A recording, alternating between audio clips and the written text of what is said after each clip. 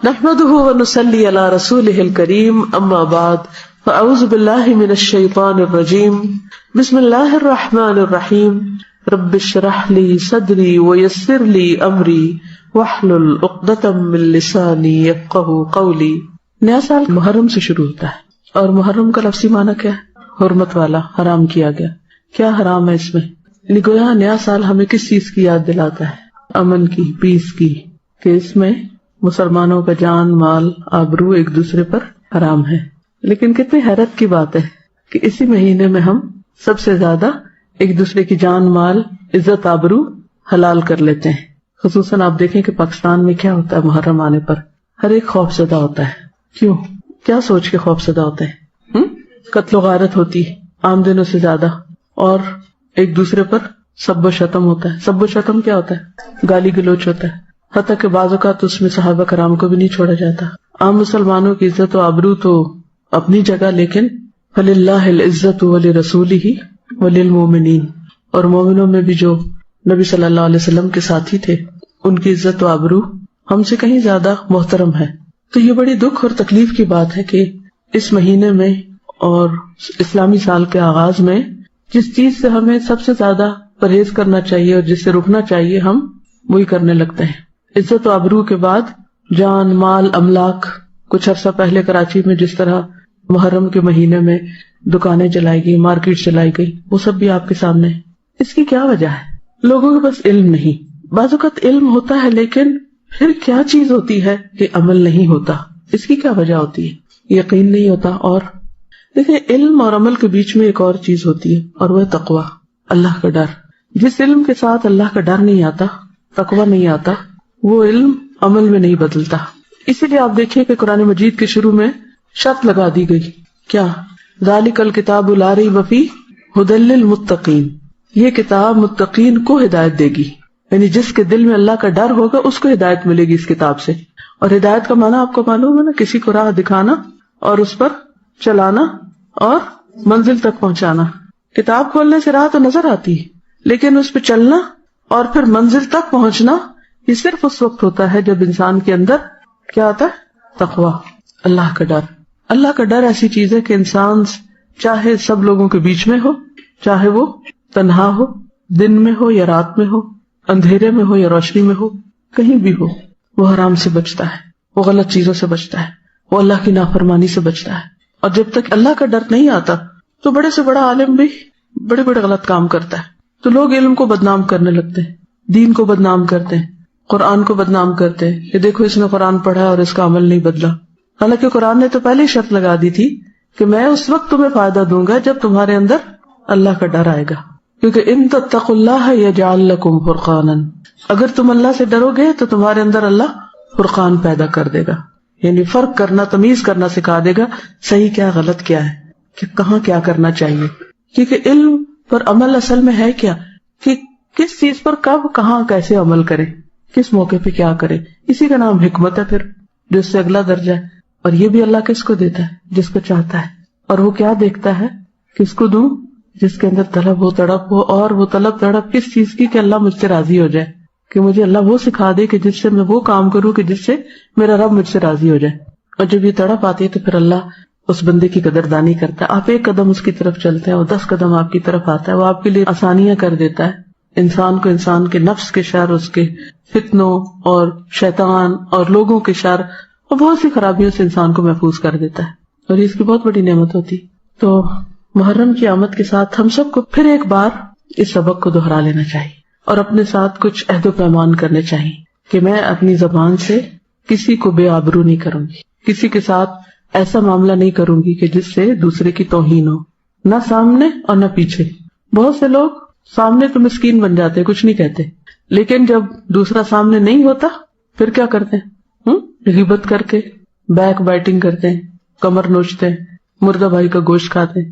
اور کچھ بڑے بہادر بنتے ہیں اور کہتے ہیں ہمیں کسی کا ڈر نہیں، ہم تو منہ پہ بھی کہہ سکتے ہیں. وہ اس سے بھی زیادہ بدتمیز ہوتے ہیں کہ جو اپنے آپ کو بڑا کانفیڈنٹ اور بولڈ سمجھتے ہوئے لوگوں کے منہ پر ان کو ذلیل کرتے ہیں. قرآن مجید میں آتا ہے وَيْلٌ لِكُلِّ ہمزۃ لمزہ. یہ ہمزۃ لمزہ کون ہوتا ہے؟ جو پیٹھ پیچھے بھی برائیاں کرنے کا خوگر ہوتا ہے اور منہ پہ بھی کرتا ہے، کہیں بھی باز نہیں آتا. اشاروں سے بھی کرتا ہے اور زبان سے بھی کرتا ہے.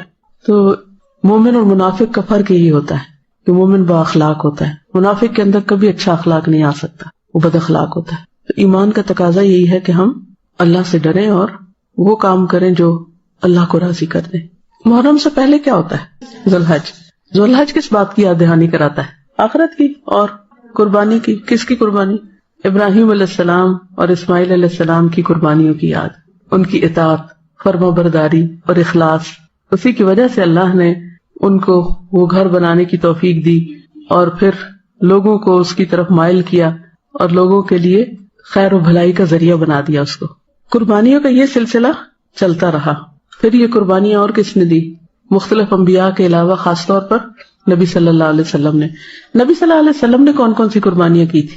گھر کی کیا کی تھی؟ ہجرت کب ہوئی تھی؟ نبوت کے 13ویں سال. مہینہ کون سا تھا؟ اچھا یہ بتائیں کہ اسلامی کیلنڈر کا آغاز محرم سے کیوں ہوتا ہے؟ اس کی خاص وجہ کیا تھی؟ کیونکہ ہجرت ہوئی تھی. ہجرت سے ہی تو آغاز ہوا تھا اسلامی کیلنڈر کا. لیکن آپ نے دیکھا کہ شیطان نے ہمارا دھیان کس طرف کروا دیا. محرم کا لفظ آتے ہی ہمارا سارا خیال, سوچ اور پورے کا پورا ایک ماحول کس رنگ میں بدل جاتا ہے. کسی کو ہجرت یاد آتی؟ نہیں آتی نا. محرم کے ساتھ ہجرت کا کوئی کانسیپٹ ہی نہیں رہا.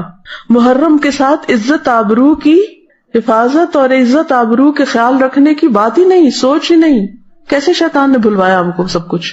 اسلام کی اصل روح اور اس کا ایسنس وہ ختم ہو کے رہ گیا اور ہم کچھ اور ہی کرنے چل پڑے, جس کا ذکر نہ قرآن میں نہ سنت میں. اور ہم سب اس پہ راضی اور ہم دیکھتے ہیں اپنی آنکھوں سے اور سنتے ہیں اور کوئی بھی نہیں سوچتا کہ ہم سب کیا کر رہے ہیں. بحیثیت قوم کیا کر رہے ہیں, بحیثیت فرد کیا کر رہے ہیں, بحیثیت خاندان کے کیا کر رہے ہیں. تو سوچنا چاہیے نا. اللہ نے ہم کو عقل دی ہے نا, مسلمان بنایا, عقل دی, شعور دیا. انسان اور جانور میں سب سے بڑا فرق یہ ہے کہ انسان عقل استعمال کرتا ہے, باشعور ہوتا ہے. لہذا محرم جہاں حرمت کا سبق دیتا ہے وہاں ہجرت کا سبق دیتا ہے, ہجرت کی یاد دلاتا ہے. نبی صلی اللہ علیہ وسلم نے ہجرت کیوں کی تھی؟ دین کی خاطر اپنا گھر, جان, مال, ہر چیز کی قربانی کی تھی. ہجرت قربانی ہے نا. ذوالحج میں بھی قربانی اور محرم بھی قربانی. لیکن ہم سب بڑے مقاصد اور بڑے مقام پانے کے لیے کتنی قربانیاں کرتے ہیں؟ کس کس چیز کی؟ ہم حضرت ابراہیم کی قربانیاں پڑھتے ہیں, ہم حضرت اسماعیل کی قربانی پڑھتے ہیں, ہم حضور صلی اللہ علیہ وسلم کی قربانیاں پڑھتے ہیں. ذرا ایک لسٹ اپنی قربانی کو بھی بنائیے. آپ نے کیا کیا قربان کیا؟ کس کس چیز کو قربان کیا؟ ہجرت صرف کسی جگہ کے چھوڑ دینے کا نام نہیں. ہو سکتا آپ میں سے جو ہاسٹلائٹس ہوں وہ کیا کہیں, ہم نے بھی تو قربانی کی ہوئی ہے کہ گھر کا آرام چھوڑ کے ہاسٹل کے آرام میں رہتے ہیں. باقی لوگ یہ کہہ سکتے ہیں کہ ہم ہر روز گھروں سے نکلتے ہیں, گاڑیوں کے دھکے کھاتے ہیں, اتنا سفر کرتے ہیں, یہاں پہنچتے ہیں, اور ہاسٹل والوں کے کیا مزے, اوپر سے نیچے آ جاتے ہیں. ہم زیادہ بڑی قربانی کر رہے ہیں. یہ تو ایک دفعہ گھر سے ہم روز آتے ہیں. تو ہجرت صرف ایک جگہ سے دوسری جگہ جانے کا نام نہیں, اور صرف تھوڑا سا وقت یا مال یا جان قربان کرنے کا نام نہیں, بلکہ ہجرت ہر اس چیز کو چھوڑنے کا نام ہے جو اللہ اور بندے کے درمیان دوری پیدا کرے. ٹھیک ہے نا. اب آپ خود دیکھیے وہ کون سی چیزیں ہیں جو آپ اور آپ کے رب کے بیچ میں, رب کی یاد میں, اس کے ذکر میں رکاوٹ پیدا کرتی ہیں. خود سوچیے. اب آپ عقل استعمال کیجیے اور بتائیے مجھے. صبح سے آغاز کیجیے. جی, نیند ہم سے کب پیار ہے, نیند تمہیں پیاری ہے, کس قدر گراں تم پہ صبح کی بیداری ہے. تو نیند کو قربان کرنا, نیند کو چھوڑنا تاکہ ہم وقت کے اندر نماز پڑھ سکیں, اور اس کی ذمہ داری خود لینا. یہ نہیں کہ ہم دوسروں پہ ڈال دیں, آپ ہمیں جگا دیں. گھروں میں مائیں بیچاری ہلکان ہوتی رہتی ہیں, 1 دفعہ 2 دفعہ 3 دفعہ دروازے ناک ہو رہے ہیں, ہلا رہے ہیں, جگا رہے ہیں. ہاسٹل میں آپ دیکھیں کہ کیا حالات ہیں. کیا واقعی ابھی تک ہم بچے ہیں کہ کوئی ہم کو جگائے؟ ہمیں اپنی ذمہ داری اب خود نہیں لینی چاہیے؟ لینی چاہیے نا. خود جاگنا چاہیے نا. یا ہمارے پاس کوئی جواز ہے نہ جاگنے کا؟ نہیں ہے نا, کوئی بھی نہیں. کوئی نہیں کہہ سکتا میرے پاس الارم کلاک نہیں. پہلے تو لوگوں کے پاس کوئی ایسی گھڑیاں نہیں ہوتی تھی, وہ کیسے جاگتے تھے؟ ایمان کے بل پہ جاگتے تھے نا. اگر آپ کے اندر اللہ کا ڈر ہے اور اللہ کا ذکر کر کے آپ سوتے ہیں, بلیو می, آپ کتنے بھی تھکے ہوئے, اگر آپ اللہ تعالیٰ سے رات دعا کر کے سوئیں کہ اللہ تعالیٰ مجھے اتنے بجے جگا دیں, لازماً آپ جاگ جائیں گے. آپ کی نیت اور ارادہ ہونا چاہیے. اگر ابھی تک بھی آپ کی صبح کی نماز لیٹ ہوتی ہے یا قضا ہوتی ہے تو اس کا مطلب یہ ہے کہ آپ قربانی کرنا نہیں جانتے, اصل ہجرت نہیں کی ابھی تک آپ نے. تو ہمیں یہ دیکھنا ہے کہ کہاں کہاں ہمیں دین پر عمل کرنے میں مشکل پیش آ رہی ہے. اچھا جب ہم مشکل کی بات کرتے ہیں نا، ہم ساری باہر کی مشکلات کا ذکر کرتے ہیں، ماحول ایسا ہے، معاشرہ بڑا خراب ہے، فلاں بڑا خراب ہے، ایسا ہو رہا ہے، ویسا ہو رہا ہے، دنیا بھر کی باتیں. اور جو مشکلات ہمارے اپنے اندر ہیں ان کو ہم بھول جاتے ہیں. کچھ ہمارے اپنے اندر رکاوٹیں، کچھ کمپلیکسز ہیں دین پر عمل کرنے سے جو ہم کو روکتے ہیں. مثلاً کسی شادی کے موقع پر باحیا لباس پہننے سے کیا چیز روکتی ہے ہمیں؟ اندر کا کمپلیکس نا، کیا کہ لوگ کیا کہیں گے، ہم کو یہ اچھا نہیں سمجھے گا، ہم اس کی نظر میں نہیں جچیں گے، یہ ہمیں بیکورڈ سمجھیں گے، وہ برا بھلا کہے گا. تو یہ لوگ تو باتیں کرتے رہتے ہیں، لوگوں کی باتیں تو باتیں ہی ہوتی ہیں. اصل بات یہ ہے کہ ہم کہاں کھڑے ہیں، ہم نے کیا فیصلہ کیا، ہم نے کیا ڈیسائیڈ کیا ہے. آخر کیا وجہ ہوتی ہے کہ کچھ لوگ ایک چیز سنتے ہیں اور اس کے حسن حصے پر عمل کرتے ہیں اور اس میں وہ استقامت اختیار کرتے ہیں، پکے رہتے، دنیا ادھر کی ادھر ہو جائے وہ کہتے ہیں میں نے تو اپنے رب کو ہی راضی کرنا ہے. اور کچھ لوگ ہر ہوا کے جھونکے کے ساتھ ادھر کو گر پڑتے ہیں، سوکھے پتے کی طرح اڑتے رہتے، کوئی ان کی منزل ٹھکانا نہیں ہوتا. تو ہمیں اپنے آپ کو دیکھنا ہے کہ ہم کہاں کھڑے ہیں. بعض اوقات ہمیں شیطان دھوکہ دیتا ہے، تم نے تو اب حجاب بھی کر لیا ہے اور تم تو اب نماز بھی 5 وقت پڑھنے لگ گئی ہو، اب تو تم بڑی نیک ہو گئی ہو. کسی کا قول ہے کہ بعض لوگ گناہ کر کے جنت میں داخل ہوں گے اور بعض نیکی کر کے جہنم میں. بظاہر دیکھنے میں تو بڑی الٹی سی بات لگتی ہے نا. عام قاعدہ کیا ہے کہ جو نیکی کرے گا وہ جنت میں جائے گا اور جو برا کرے گا وہ جہنم میں جائے گا. لیکن کسی نے کہا کہ نہیں، بعض نیکی کرنے والے جہنم میں جائیں گے اور بدی کرنے والے جنت میں. کیسے؟ اس کی وضاحت ابن القیم الجوزیہ نے کی ہے. وہ کہتے ہیں کہ بعض انسان ایسے ہوتے ہیں باشعور کہ اگر ان سے کوئی غلط کام ہو جائے، کوئی کوتاہی ہو جائے، کوئی برائی ہو جائے، وہ اتنے پشیمان ہوتے ہیں، اتنے نادم ہوتے ہیں، ان کو بار بار اپنے گناہ کا احساس ہوتا ہے اور وہ توبہ ہی کرتے رہتے ہیں. ان کی یہ توبہ ان کو جنت میں لے جاتی ہے، کیونکہ ان اللہ یحب التوابین، اللہ توبہ کرنے والوں سے محبت کرتے. اور تواب فعال کے وزن پر کیا ہے؟ بہت زیادہ توبہ کرنے والے، کہ جو روتے ہیں کہ یا اللہ ہم سے غلطی ہو گئی. اور اس کے لیے پہلی شرط کیا کہ انسان مان جائے کہ مجھ سے غلطی ہوئی. اور یہ ماننا ہی بڑا مشکل کام ہے کہ کوئی کہے کہ ہاں مجھ سے غلطی ہوئی. اکثر آپ نے دیکھو کہ لوگ مانتے ہی نہیں، جھوٹ بول جاتے ہیں یا دوسروں پہ ڈال دیتے ہیں یا تعویل کر لیتے ہیں. غلطی نہیں مانتے تو توبہ کیسے ہوگی اگر غلطی مانی ہی نہیں؟ یہ بھی کمپلیکس ہے نا اندر کا. اگر انسان فیصلہ کر لے کہ ہاں میں کمزور انسان ہوں، میں کون سا فرشتہ ہوں، مجھ سے تو غلطی ہوگی، ہر ایک سے ہوتی ہے، مجھ سے بھی ہوگی. تو لا الہ الا انت سبحانک، پاک تو صرف تو ہے، انی کنت من الظالمین، میں تو ہوئی خطا کار. تو پھر کیا ہوتا ہے؟ ایسا شخص اپنی ندامت کی وجہ سے، شرمندگی کی وجہ سے، غلطیوں پر رونے کی وجہ سے جنت میں پہنچ جاتا ہے. اچھا اس کے برعکس دوسرا شخص جس کو اللہ کی توفیق سے کوئی نیکی کا موقع ملا، پھر اس نے کیا کیا؟ بڑا خوش فہمی میں مبتلا ہو گیا، میں تو اتنا نیک ہوں، حج کر کے آیا ہوں. یہ ان سب نے تو حج نہیں کیا.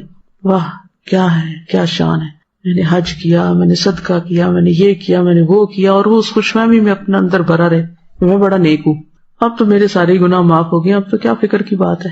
یا میں نے کوئی بھی، جیسے روزہ، میں تو روزہ رکھتا ہوں، یہ سارے تو روزہ بھی نہیں رکھتے. انسان دوسروں کو حقیر سمجھنے لگے اور اپنے آپ کو بڑا نیک سمجھنے لگے. کسی کو نماز پڑھتا دیکھے تو کہا اس کی کیا نماز ہے، اس کو تو نماز ہی نہیں پڑھنی ہے، تو میں دیکھو کیسے خشوع خضوع سے پڑھتا ہوں. یہ کتنی بڑی مصیبت ہے کہ جب کسی کو نیکی کی توفیق ہو جاتی ہے تو عموماً شیطان کہاں سے آ کے گرتا ہے؟ کہاں سے گرتا ہے؟ خوش فہمی میں مبتلا کر دیتا ہے، تم بڑے نیک ہو گئے ہو. وہ بار بار خیال ڈالتا ہے کہ تم بڑے اچھے ہو، اور باقی سب. اور چلو اگر یہ نہ بھی خیال ڈالے، یہ خیال ڈالنا ضرور شروع کر دیتا ہے کہ باقی سارے بڑے خراب ہیں. لوگوں کو انسان حقیر سمجھنے لگتا ہے اور یہاں سے تکبر آ جاتا ہے. اور جس کے دل میں رائی کے دانے برابر تکبر ہو، جنت میں نہیں جائے گا. کتنی خطرناک بات ہے. پھر کیا کرنا چاہیے؟ ہمیشہ اپنی غلطیوں پہ نظر رہے اور دوسروں کی اچھائیوں پہ نظر رہے کہ اس کے اندر یہ کتنی اچھی خوبی ہے. اگر ہم ہر ایک کے ساتھ ایسے ہی معاملہ کریں گے نا کہ اس کی اچھائیاں دیکھیں گے، یقین کرے ایک تو اپنا دل بڑا ٹھنڈا رہے گا، جس کو آپ دیکھیں گے خوش ہو جائیں گے. میں یہ ایک پریکٹس اکثر کرتی ہوں کہ جب کوئی بندہ مجھے نظر آتا ہے میں اس کی کوئی اچھائی یاد کرتی ہوں، تو اس کو دیکھتے ہی، اس کا نام سنتے ہی، اس کا خیال آتے ہی میرا دل خوش ہو جاتا ہے. یہ شخص بہت اچھا ہے، یہ بھی اچھا ہے، یہ بھی اچھا ہے، یہ بھی اچھا ہے. اچھا اس سے کیا ہوتا ہے کہ میں خوش رہتی ہوں.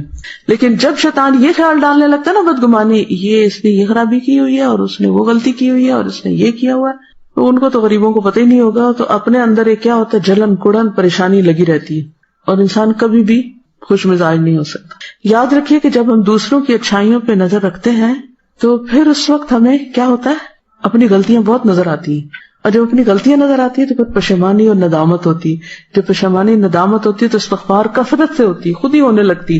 وہ جو نبی صلی اللہ علیہ وسلم دن میں 70 سے 100 بار کرتے تھے تو وہ اسی وجہ سے کر پاتے تھے. بعض اوقات ہم ایک عمل عرصے تک کرتے رہتے ہیں اور پھر بھول جاتے ہیں. تو اسی لیے جو کامیابی کی 4 خصوصیات بتائی گئی نا، ان میں وتواصوا بالحق وتواصوا بالصبر. ہم سب بھولنے والے، ہم سب کو یاد دہانی چاہیے تھی. کوئی عالم ہو، جاہل ہو، بڑا ہو، چھوٹا ہو، مرد ہو، عورت ہو، جوان ہو، بوڑھا ہو، سب کو یاد دہانی چاہیے. ہر ایک کو چاہیے، مجھے چاہیے، آپ کو چاہیے. تو اس لیے بہت ضروری ہے کہ ہم علم کی مجلسوں کے ساتھ ہر قیمت پہ جڑے رہیں، یا سیکھنے والے بن جائیں یا سکھانے والے بن جائیں. یہ نہیں کہ یہ سال آپ نے قرآن کے ساتھ گزارا ہے اور اس کے بعد آپ سب کچھ بند کر کے سب بھلا دیں، یہ نہ ہو. تو ہم سب کو محرم میں کیا کرنا ہے؟ ہجرت کرنی ہے. ٹھیک ہے؟ کس چیز سے؟ نفس کی پرستش سے نکل کر اللہ کی اطاعت کی طرف ہجرت، جھوٹ سے سچ کی طرف، تکبر سے عاجزی کی طرف، شکوے سے شکر کی طرف، سستی سے چستی کی طرف، مایوسی سے امید کی طرف، غیبت سے نصیحت کی طرف. کسی کے اندر خامی دیکھے تو اس کو نصیحت کر دے، اس کو بتا دے کہ ایسا نہ کیا کرو. گناہوں سے نیکیوں کی طرف، خیانت سے ناراضگیوں سے درگزر کی طرف، بے صبری سے لوگوں کے ڈر سے اللہ کے ڈر کی طرف. تو ہم اپنے اس سال کے گول اور ٹارگٹ مقرر کر لیتے ہیں کہ میں کیا کروں گی؟ اپنے وقت کا صحیح استعمال. بچوں کو بٹھا کر صحابہ کرام کی اچھی باتیں اور اچھی چیزیں، سب سے پہلے تو یہ سبق سکھائیں کہ محرم کا مطلب کیا ہے، اور پھر ہمیں کس طرح دوسروں کی عزت احترام کرنا چاہیے، اور اللہ رسول اور مومنین کی عزت کیا ہے، اور جن سے اللہ راضی ہو گیا ان کے بارے میں ہمیں کیا کرنا چاہیے. آپ دیکھیے، یہ جو حرمت ہوتی ہے نا کسی کی عزت، یہ ایسی چیز ہے کہ اگر ایک کی ٹوٹے نا تو لڑی ٹوٹ جاتی ہے، اب سب کی ٹوٹنے لگتی ہے. اگر صحابہ کرام کی عزت نہ کی ہم نے، کسی اور کی کوئی کرے گا، ماں باپ کی کوئی کرے گا، بہن بھائیوں کی کرے گا، استادوں کی کرے گا، بزرگوں کی کرے گا، بوڑھوں کی، کسی کی بھی پھر نہیں رہتی. ٹھیک ہے نا؟ تو اللہ تعالیٰ نے اسی لیے سارے مومنوں کی عزت جان مال ایک دوسرے پہ حرام کر دی کہ تمہارے پاس حق نہیں کہ کسی کے ساتھ ایسا سلوک کرو. اچھی باتیں سیکھوں گی اور دوسروں کو سکھاؤں گی، اپنے مقصد کی طرف کیا کروں گی؟ متوجہ رہوں گی. تو انشاءاللہ اللہ سبحانہ وتعالی ہماری مدد کرے گا اگر ہم نے اللہ کے دین کی مدد کی. ان تنصر اللہ ینصرکم ویثبت اقدامکم. اگر اللہ کو ہماری یہ ہجرت پسند آ گئی تو کیا ہوگا؟ رحمتوں کے دروازے کھل جائیں گے اور نیکیوں کی طرف اور رستے آسان ہو جائیں گے انشاءاللہ. اللہ عز و جل کو کون سا کلام زیادہ پسند ہے؟ آپ نے فرمایا جو اللہ تعالیٰ نے اپنے فرشتوں کے لیے پسند کر رکھا ہے. سبحان ربی و بحمدہ، سبحان ربی و بحمدہ. حقیقت یہ ہے کہ ساری مخلوق اللہ تعالیٰ کی تسبیح بیان کر رہی ہے. قرآن مجید میں آتا ہے تسبح لہ السماوات السبع والارض ومن فیہن وإن من شیء الا یسبح بحمدہ ولکن لا تفقہون تسبیحہم انہ کان حلیما غفورا. ساتوں آسمان اور زمین اور جو کچھ ان میں ہے سب اس کی تسبیح کر رہے ہیں، بلکہ کوئی بھی چیز ایسی نہیں جو اس کی حمد کے ساتھ اس کی تسبیح نہ کر رہی ہو، لیکن تم ان کی تسبیح کو سمجھتے نہیں کیونکہ ہر ایک کا اپنا اپنا انداز ہے. وہ بڑا بردبار اور معاف فرمانے والا ہے. سورۃ النور میں بھی اللہ سبحانہ وتعالی فرماتے ہیں الم تر ان اللہ یسبح لہ من فی السماوات والارض والطیر صافات کل قد علم صلاتہ وتسبیحہ واللہ علیم بما یفعلون. کیا تم دیکھتے نہیں کہ آسمانوں اور زمین میں جو کچھ ہے اور فضا میں پر پھیلائے ہوئے پرندے سبھی کے سب یہ اللہ کی تسبیح کر رہے ہیں. ہر مخلوق کو اپنی نماز اور تسبیح کا طریقہ معلوم ہے اور اللہ اسے خوب جاننے والا ہے جو وہ کرتے ہیں. بہت ہی خوبصورت آیت ہے جس سے یہ پتہ چلتا ہے کہ نمبر 1 ساری مخلوق تسبیح کر رہی ہے، سب اللہ کے ذکر میں مشغول ہیں، ایک ذرے سے لے کر بڑے بڑے ستارے اور سیارے. اور پھر خصوصاً پرندوں کی بات کی گئی، یعنی زمین اور آسمان کی مخلوق تو کر ہی رہی ہے تسبیح، لیکن ان دونوں کے درمیان جو پرندے اڑتے ہوئے نظر آ رہے ہیں اور بعض اوقات صفوں کی شکل میں، یعنی صف باندھے ہوئے یا پر پھیلاتے ہوئے اور سکیڑتے ہوئے یا اڑتے ہوئے، سب مل کر یا اکیلے اکیلے، یہ سب اللہ سبحانہ تعالیٰ کی پاکی بیان کرتے ہیں. ویسے بھی آپ نے دیکھا ہوگا کہ صبح اور شام کے اوقات میں بڑے بڑے درختوں پر بیٹھے ہوئے ہزاروں کی تعداد میں پرندے یک زبان ہو کر اللہ سبحانہ وتعالیٰ کی تسبیح کر رہے ہوتے ہیں، ذکر کر رہے ہوتے ہیں. فرمایا یہ سب اللہ کی تسبیح کرتے ہیں. تیسری بات یہ فرمائی گئی کہ ہر مخلوق کو اپنی نماز اور تسبیح کا طریقہ معلوم ہے.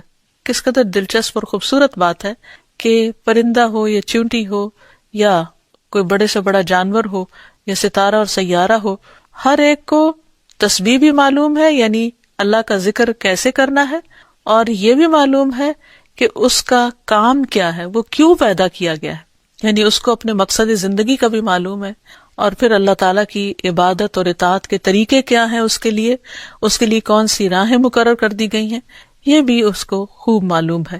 تو اس میں حیرت کی بات یہ ہے کہ اگر ساری مخلوق یہ جانتی ہے تو پھر انسان کا انجان بننا اس کے لیے کس قدر خطرناک ہے. اللہ تعالیٰ نے سب کچھ انسان کے لیے پیدا کیا اور وہ ساری چیزیں انسان کی خدمت میں خوب لگی ہوئی ہیں، لیکن انسان کو جس کے لیے پیدا کیا گیا، انسان اس مقصد کو بھول گیا اور اپنے رب سے غافل ہو گیا. تو اس لیے اگر ہم تسبیح نہیں کریں گے تو ہم ساری کائنات سے الگ ہو جائیں گے. وہ سب تو اللہ کے وفادار، فرما بردار، تسبیح گزار، اور ہم اللہ سے غافل. یہ دل کیسے گوارا کر سکتا ہے؟ اس لیے زیادہ سے زیادہ اللہ سبحانہ وتعالیٰ کی تسبیح کرنی چاہیے. ایک حدیث سے یہ بھی پتہ چلتا ہے کہ چیونٹیاں بھی اللہ کی تسبیح کرتی ہیں. جب ایک موقع پر کسی نے چیونٹیوں کو جلا دیا تو اللہ سبحانہ وتعالیٰ نے ان سے یہی کہا کہ تم نے گروہوں میں سے ایک ایسے گروہ کو جلا دیا جو اللہ کی تسبیح بیان کرتا ہے، اور ویسے بھی آگ کا عذاب اللہ کے سوا کسی اور کو دینے کا حق نہیں. پھر اسی طرح جو کھانا ہم کھاتے وہ بھی اللہ کی تسبیح کرتا ہے. عبداللہ بن مسعود رضی اللہ عنہما بیان کرتے ہیں کہ ہم آپ صلی اللہ علیہ وسلم کے زمانے میں کھاتے وقت کھانے کی تسبیح سنتے تھے، یعنی نبی صلی اللہ علیہ وسلم سنوا سکتے تھے کہ کس طرح کھانا تسبیح کر رہا ہے. پھر اسی طرح فرشتے بھی اللہ تعالیٰ کی تسبیح کرتے ہیں، جس کا وہ اقرار خود کر رہے تھے کہ وَنَحْنُ نُسَبِّحُ بِحَمْدِكَ وَنُقَدِّسُ لَكَ، کہ ہم تیری حمد کے ساتھ تیری تسبیح کرتے ہیں اور تیری پاکی بیان کرتے ہیں. قرآن مجید میں سورۃ الشورى میں بھی آتا ہے وَالْمَلَائِكَةُ يُسَبِّحُونَ بِحَمْدِ رَبِّهِمْ، اور فرشتے اپنے رب کی حمد کے ساتھ اس کی تسبیح کرتے ہیں، یعنی تعریف بھی کرتے ہیں، تسبیح بھی کرتے ہیں. تسبیح کا مطلب ہوتا ہے اللہ تعالیٰ کو ہر عیب اور نقص سے پاک قرار دینا، اور حمد ہوتا ہے اللہ تعالیٰ کی تعریف بیان کرنا، یعنی اس کی خوبیوں پر اور اس کے کمالات پر اس کی تعریف کرنا. پھر اسی طرح وہ فرشتے جو عرش کو اٹھائے ہوئے ہیں وہ بھی اللہ تعالیٰ کی تسبیح کرتے رہتے ہیں.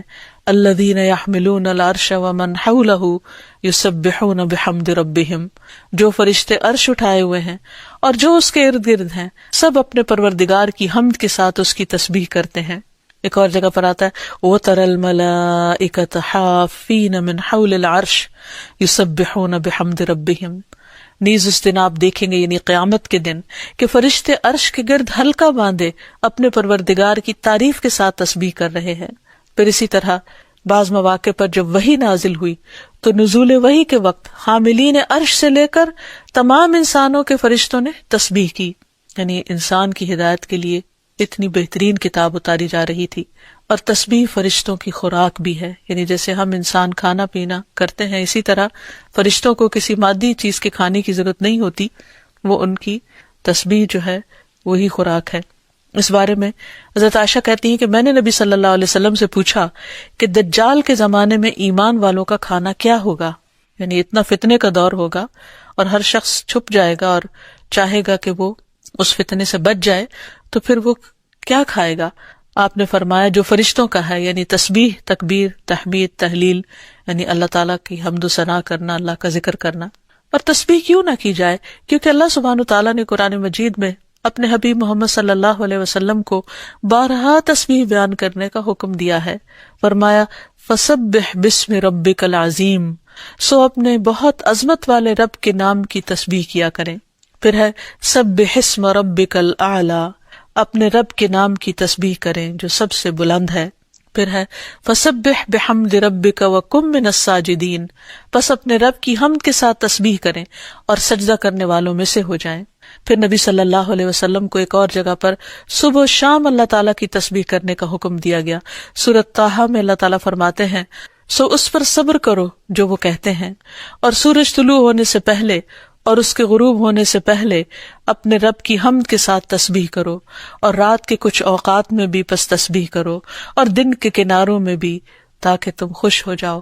یعنی خوشی کا راز، اطمینان اور سکون کا راز اللہ تعالیٰ کی تسبیح کرنے میں ہے، جو ذکر کا ایک بہترین طریقہ ہے، اور یہ ایمان والوں کی علامت بھی ہے، کیونکہ قرآن مجید میں آتا ہے انما یؤمن بآیاتنا الذین اذا ذکروا بها خروا سجدا وسبحوا بحمد ربهم وهم لا يستكبرون، کہ ہماری آیات پر تو وہی لوگ ایمان رکھتے ہیں کہ جب انہیں ان کے ساتھ نصیحت کی جاتی ہے تو وہ سجدہ کرتے ہوئے گر پڑتے ہیں، یعنی جھک جاتے ہیں، اور اپنے رب کے حمد کے ساتھ اس کی تسبیح کرتے ہیں، اور وہ تکبر نہیں کرتے۔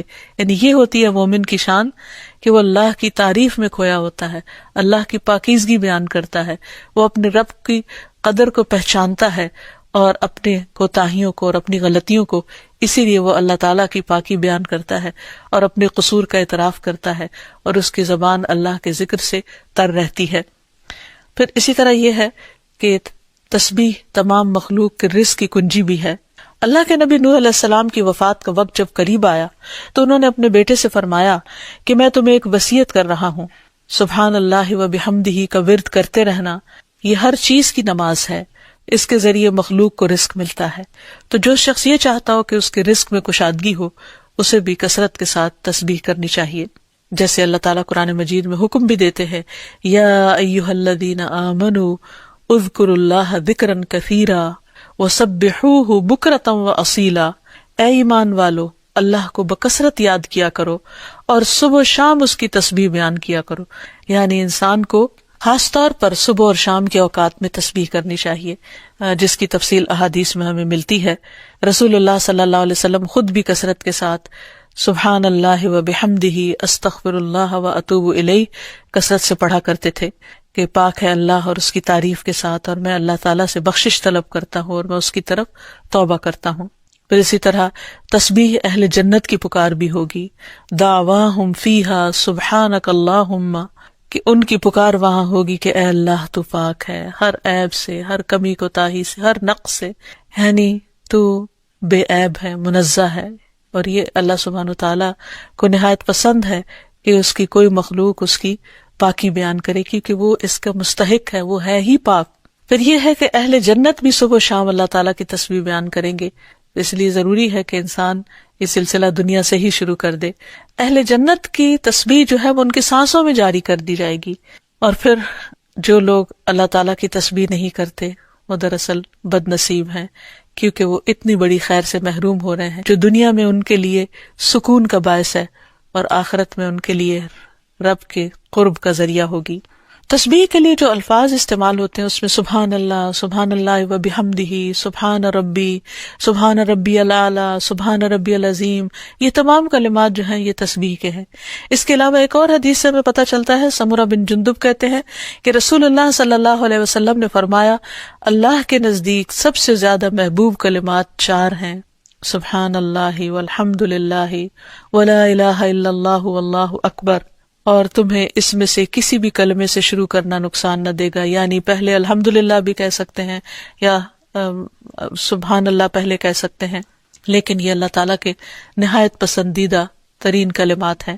پھر اسی طرح آپ صلی اللہ علیہ وسلم نے یہ بھی فرمایا کہ بے شک تم لوگ اللہ کی عظمت کا جو ذکر کرتے ہو، یعنی تسبیح، تحلیل، تحمید، جو الفاظ بھی کہتے ہو، وہ عرش کے ارد گرد چکر لگاتے ہیں، ان کی ایسی بنبناہٹ ہوتی ہے جیسے شہد کی مکھیوں کی بنبناہٹ، وہ اپنے کہنے والے کا ذکر اللہ کے ہاں کرتے ہیں، کیا تم نہیں چاہتے کہ اللہ کے ہاں تمہارا ذکر ہوتا رہے؟ تو اس سے پتہ چلتا ہے کہ انسان اگر یہ چاہتا ہے کہ اللہ سبحانہ وتعالیٰ کے ہاں اس کا ذکر ہو تو اس کو چاہیے کہ دنیا میں وہ کثرت کے ساتھ تسبیح کرے، کیونکہ یہ اس کے لیے تمام چیزوں سے بہتر ہے۔ تسبیحات کا پڑھنا تمام چیزوں سے بہتر ہے۔ ابو ہریرہ کی روایت میں آتا ہے کہ رسول اللہ صلی اللہ علیہ وسلم نے فرمایا، سبحان اللہ والحمد للہ ولا الہ الا اللہ واللہ اکبر، کہ اللہ پاک ہے اور سب تعریفیں اسی کے لیے ہیں، اللہ کے سوا کوئی معبود نہیں اور اللہ سب سے بڑا ہے۔ یہ کہنا میرے نزدیک ہر اس چیز سے محبوب ہے جس پر سورج طلوع ہو، یعنی بڑے بڑے سونے چاندی کے ڈھیر سے بھی زیادہ پسندیدہ تھا نبی صلی اللہ علیہ وسلم کے نزدیک ان کلمات کا ذکر کرنا، ورد کرتے رہنا۔ پھر اسی طرح یہ کلمات جو زبان پر بہت ہلکے ہیں اور میزان میں بہت بھاری ہیں اور الرحمن کو بہت ہی پیارے ہیں، وہ ہیں سبحان اللہ و بحمدہ، سبحان اللہ العظیم۔ پھر ایک بار تسبیح پڑھنے سے زمین و آسمان بھر جاتا ہے۔ رسول اللہ صلی اللہ علیہ وسلم نے فرمایا طہارت نصف ایمان کے برابر ہے، اور الحمدللہ کہنا میزان کو بھر دیتا ہے۔ سبحان اللہ اور الحمدللہ کہنے سے زمین و آسمان کے درمیانی فضا بھر جاتی، یعنی کتنا فاصلہ ہے زمین و آسمان کے بیچ کا، لیکن انسان کیا اس کے لیے بھی اس کو کچھ مشکل ہے کہ اللہ سبحانہ و تعالیٰ کی محبت کے ساتھ پاکی بیان کرے اور تسبیح کرے، جس کا ریوارڈ اتنا بڑا ہے اس کے لیے۔ آج دنیا میں انسان کو وہ نظر نہیں آتا، لیکن کل قیامت کو انسان ایک ایک نیکی کا محتاج ہوگا، تو وہاں اس کو اس کی قدر آئے گی۔ اس لیے بہتر ہے کہ آج اپنے لیے انسان ذخیرہ اور سرمایہ اکٹھا کر لے۔ پھر اسی طرح انسان جب تسبیح کرتا ہے تو اس کے گناہ بھی مٹتے ہیں، یعنی ایک طرف اس کی نیکیوں میں اضافہ ہوتا ہے اور دوسری طرف اس کے گناہوں کو جھاڑنے کا ذریعہ بنتا ہے۔ انس رضی اللہ عنہ کہتے ہیں کہ رسول اللہ صلی اللہ علیہ وسلم ایک ایسے درخت کے پاس سے گزرے جس کے پتے سوکھ چکے تھے۔ آپ نے اس پر لاٹھی ماری تو اس کے پتے جھڑنے لگے۔ پھر آپ نے فرمایا الحمدللہ و سبحان اللہ ولا الہ الا اللہ واللہ اکبر سے اسی طرح گناہ جھڑتے ہیں جس طرح اس درخت کے پتے جھڑے ہیں۔ پھر اسی طرح یہ 100 اونٹوں سے افضل عمل ہے۔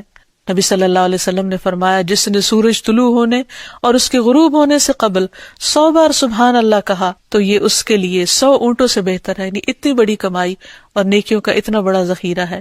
پھر اسی طرح تسبیح کے کچھ اور کلمات ہیں کہ جن سے آسمان کے دروازے کھل جاتے ہیں۔ ابن عمر کہتے ہیں کہ ہم رسول اللہ صلی اللہ علیہ وسلم کے ساتھ نماز پڑھ رہے تھے کہ جماعت میں سے ایک آدمی نے کہا اللہ اکبر کبیرہ والحمد للہ کثیرا وسبحان اللہ بکرۃ واصیلا، تو رسول اللہ صلی اللہ علیہ وسلم نے فرمایا اس طرح کے کلمات کہنے والا کون ہے؟ جماعت میں سے ایک آدمی نے عرض کیا اے اللہ کے رسول میں ہوں۔ آپ نے فرمایا کہ مجھے تعجب ہوا کہ اس کے لیے آسمان کے دروازے کھولے گئے۔